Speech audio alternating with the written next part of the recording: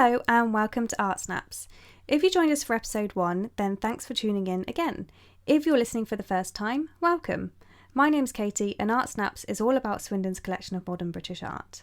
Since Swindon Museum and Art Gallery has had to close until the 1st of May, I'm sharing 10 short videos to keep conversations about art going. So if you have any thoughts you'd like to share, please do comment on the video or use Swindon Museum and Art Gallery's Facebook and Twitter pages. For this episode, I'm going to talk about abstract painting from the 1960s.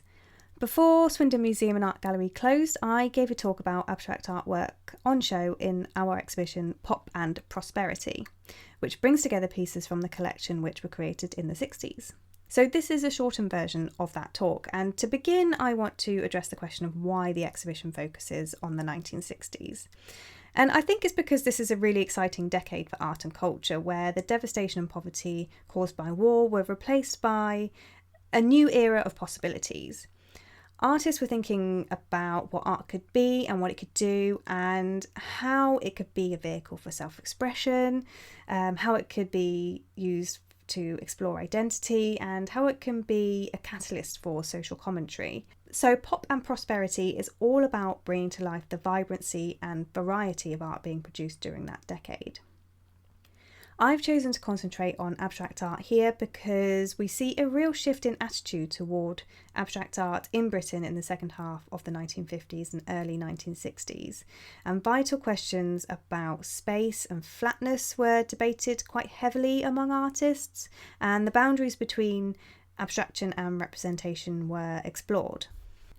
And some of the most powerful works on show in Pop and Prosperity consider these questions, and I want to begin by chatting about William Geer's Presence on White from July 1961. Geer was actually one of the first artists in Britain to start engaging with abstraction in a big way, and actually began the process 10 years prior to making this painting.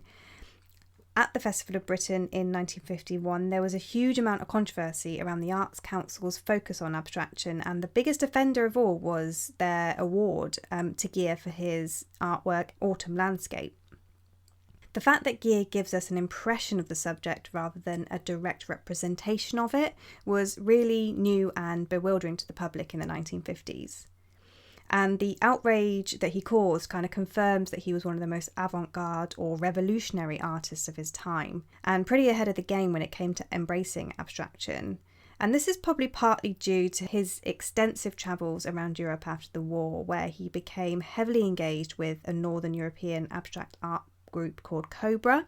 So he was really one of the first British artists who became well known for his abstract art after the war, and by 1961 he had developed a style which is characterised by linear structure, by which I mean a strong sense of line and stability within the piece, and soft patches of colour as well. So Swindon's piece Presence on White is quite a monotone piece of work, and it presents a patchy grey background with black and white dabs of colour which dominate the space.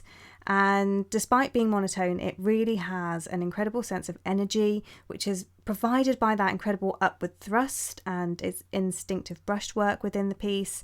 And there's also this vertical flash of angular yellow which pierces through the work and adds an incredible tension. We know that Geer was interested in representing a specific moment in time, so the date in the title, July 1961, is probably quite significant to the piece, though it perhaps is a more dramatic, chillier expression than one would expect in July. Then again, it is Britain, so that probably was the case. Now we're going to take a look at Terry Frost, who was among several significant artists to settle in St Ives after the war and consider a dialogue between landscape and abstraction.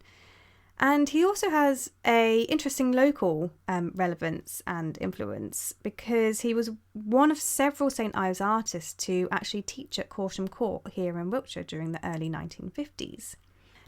So it's really great that he's represented in Swindon's collection, not only because he became so well known through this really important group of St Ives artists, but also because he really was quite an influential teacher at Corsham Court, which was a real important creative hub during this time.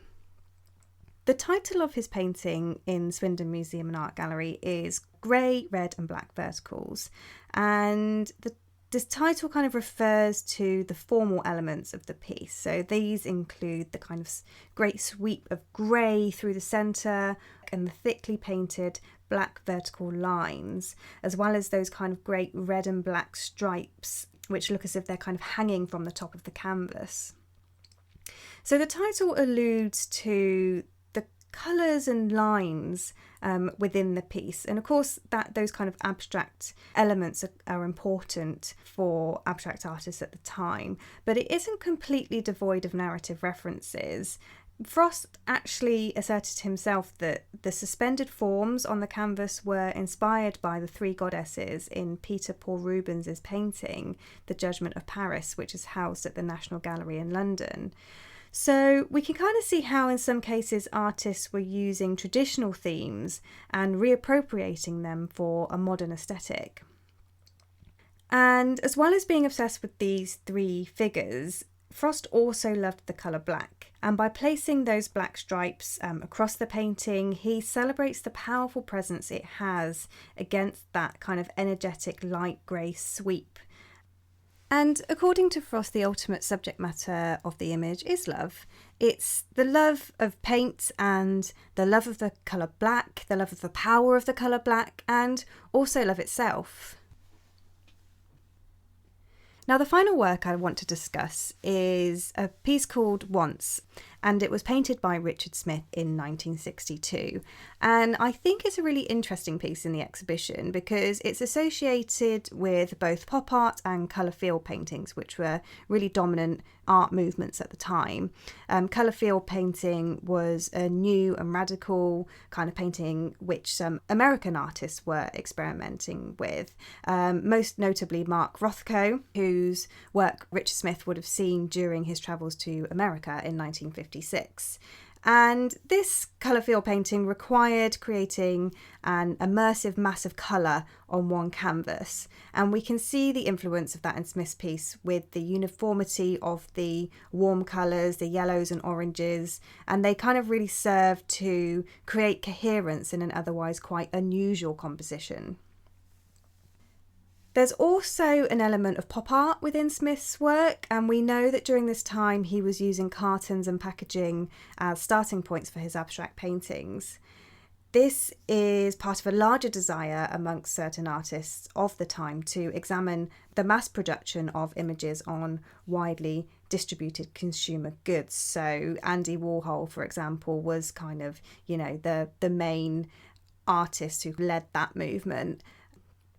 But we don't know what the starting point for this particular piece was. Our archives do show that a previous curator sent several letters to the artist to try and find out, but sadly it was to no avail. But it's really interesting to read through those because there's so many suggestions were made, including packaging for a cake mix. So ultimately, the face-like lines at the top of the image and the energetic tornado-like form that dominates the piece kind of remain a mystery. So I'm going to end this art snap by kind of leaving that to you to speculate, because I think that even though it's really useful as a viewer to have a bit more information, particularly when it comes to abstract art, I think part of the fun sometimes is that it does throw up more questions than it answers. And that's the end of this episode of Art Snaps, and I really hope you've enjoyed it and it gave you a little bit of food for thought. Our next episodes will explore 3 artworks which were among the first to be donated to the collection by Jimmy Bomford. In the meantime, if you want to explore more paintings from Swindon's collection, do search for Swindon Museum and Art Gallery on artuk.org, where many of our artworks are there to view. You can also find some great learning and engagement resources through our Art on Tour blog or by finding Art on Tour on Facebook and Instagram. Thank you very much for listening, and bye for now.